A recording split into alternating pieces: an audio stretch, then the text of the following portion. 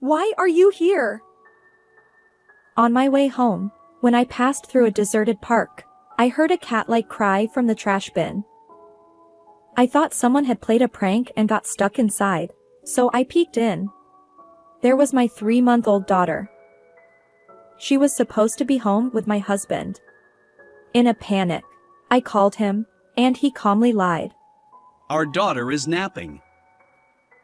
I couldn't believe he would abandon our own child. Furious, I decided to make my husband suffer the same fate. I am Mary, 30 years old. At my workplace, I was courted by John, the son of the company president.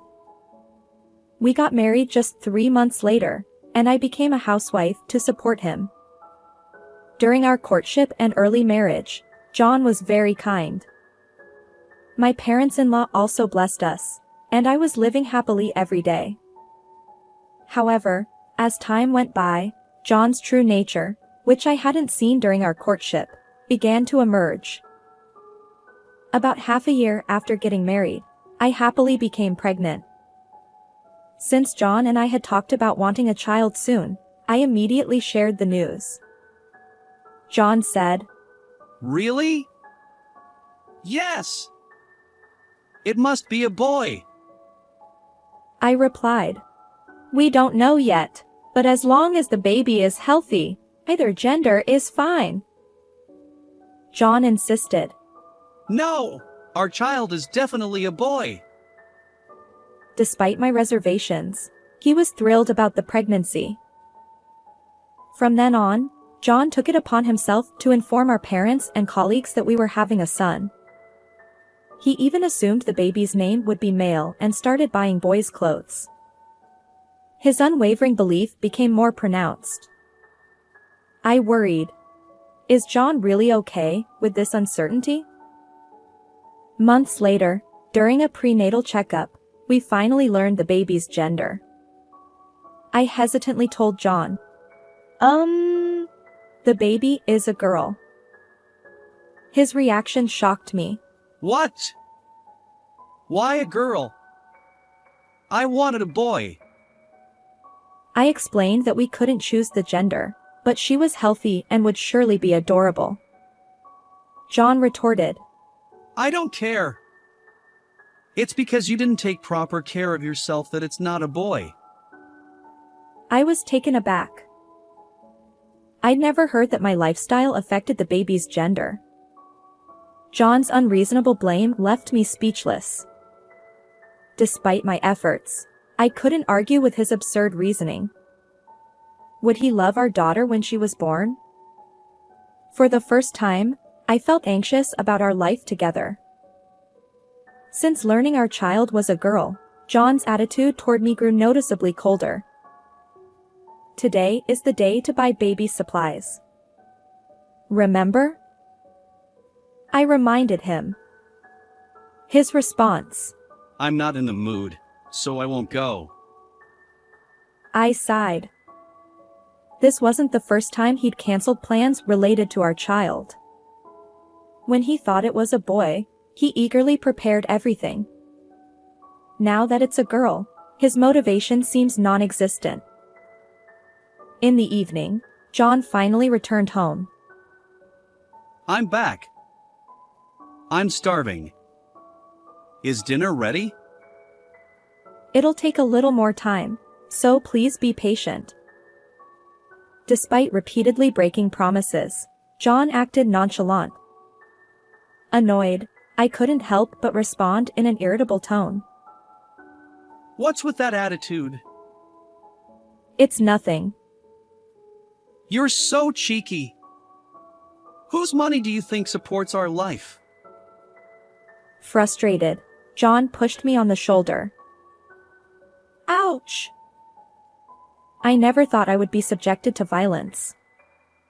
With my growing belly making balance difficult, I stumbled and fell backward. I never imagined he'd shove a pregnant woman. Shocked by his actions, I felt pain in my lower back and tightening in my abdomen. I instinctively clutched my belly and sank to the floor. Ouch, my belly. I'm sorry. Work has been stressful lately, and I lost control. I won't do it again.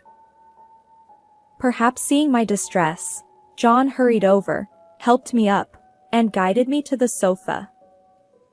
He brewed a warm drink and brought a blanket. It was the first time in a while that he'd been so kind. Thank you. I'm okay, now. Seeing John's concern, I wondered if stress was the cause of his behavior. I decided to forgive him. Sometime later, I safely gave birth to a lovely baby girl. I named her Helen. She grew up healthy and lively. As I'd feared during pregnancy, John remained indifferent to our daughter. Despite my disappointment, I hoped that fatherly instincts would eventually awaken in him. One day, while struggling with parenting Helen, I received a call from my mother. She had been in an accident and was injured, requiring hospitalization. Since my father's passing, she had been living alone without any reliable relatives nearby. Although her life wasn't in immediate danger, I worried and decided to visit her. However, our family home was far away, and the journey would take a full day. I hesitated to take 3-month-old Helen with me. When I informed John that I was going to visit my mother, he responded with an indifferent and showed no interest in coming along. Despite my concerns about leaving Helen, I had no other option but to entrust her care to him. Please follow the instructions for preparing the formula exactly as I showed you. If you're unsure, I've left notes, so make sure to check. John replied, I'll manage for a day. You better hurry, you'll miss the train. Reluctantly, he agreed to take care of Helen during my absence. Initially, he wore a displeased expression, but after repeated requests for his cooperation in parenting, he seemed to understand.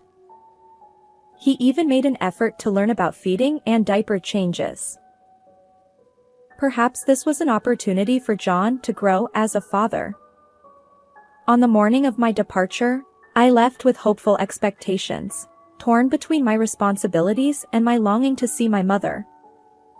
After a long journey, I safely reunited with her. She appeared more spirited than I had anticipated.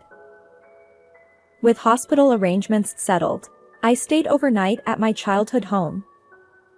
The next day, I had planned to spend the morning with my mother before returning. However, she called early, suggesting I come back sooner for Helen's sake. Worried about our child, I had initially told John I'd return in the evening. But I changed my plans, opting to take the first train home. As a result, I arrived at our nearest station well ahead of schedule, eager to see Helen.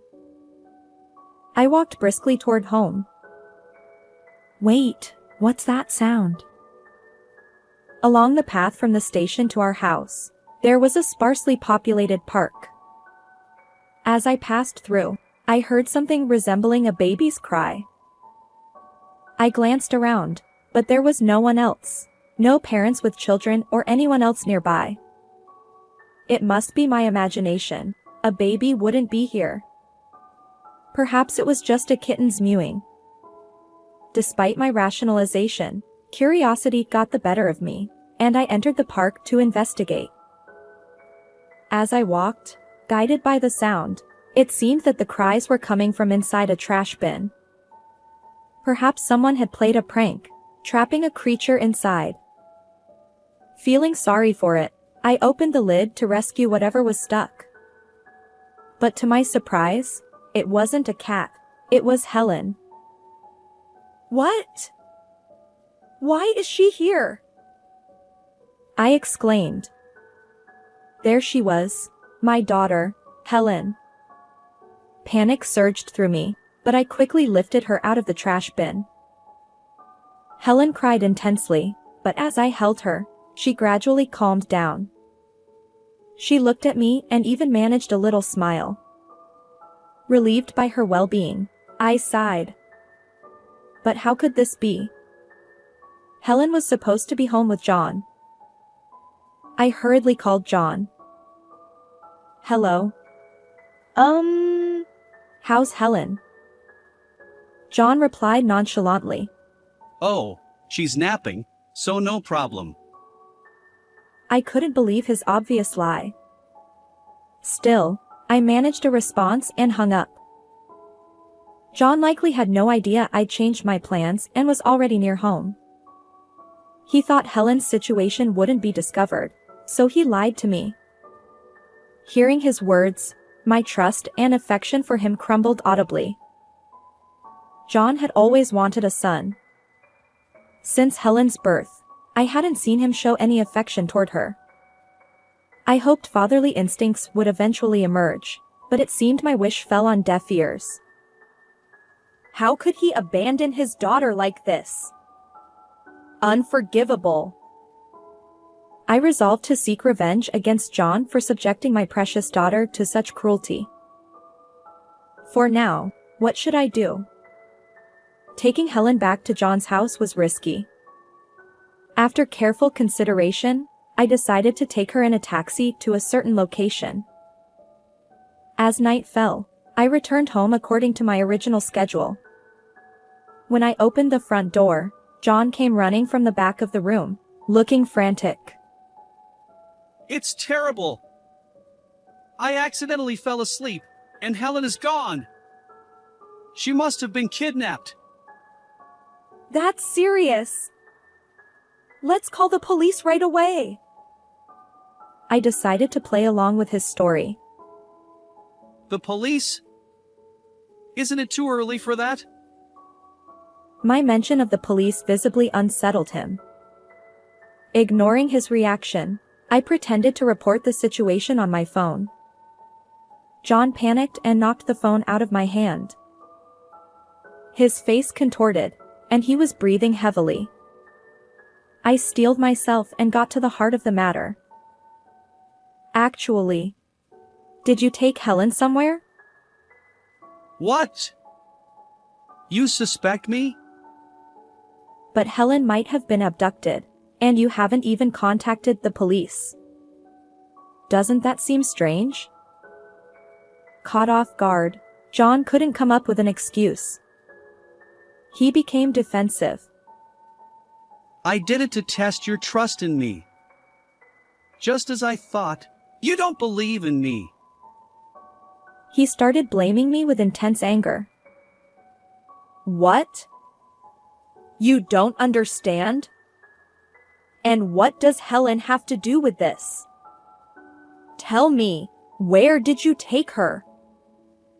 As I glared at him, John softened his angry expression and smirked. Ha ha ha, too bad. Your precious Helen is in the park's trash bin. What? Are you insane? Of course. By now, she's probably been taken far away or become crow food. That's cruel. Is this how a father behaves? Enough. It's your fault for not giving birth to the son I wanted. You've embarrassed me. John admitted to being the culprit but continued to shift blame onto me. He had done something outrageous and was now trying to pin it on someone else. I couldn't contain my rage at his ugly behavior. I'm going to the police. Humph. Go ahead if you can. You're the one in trouble, Mary. As a stay-at-home wife, how will you survive without me? That's irrelevant. I can't continue with someone who subjected my precious Helen to this.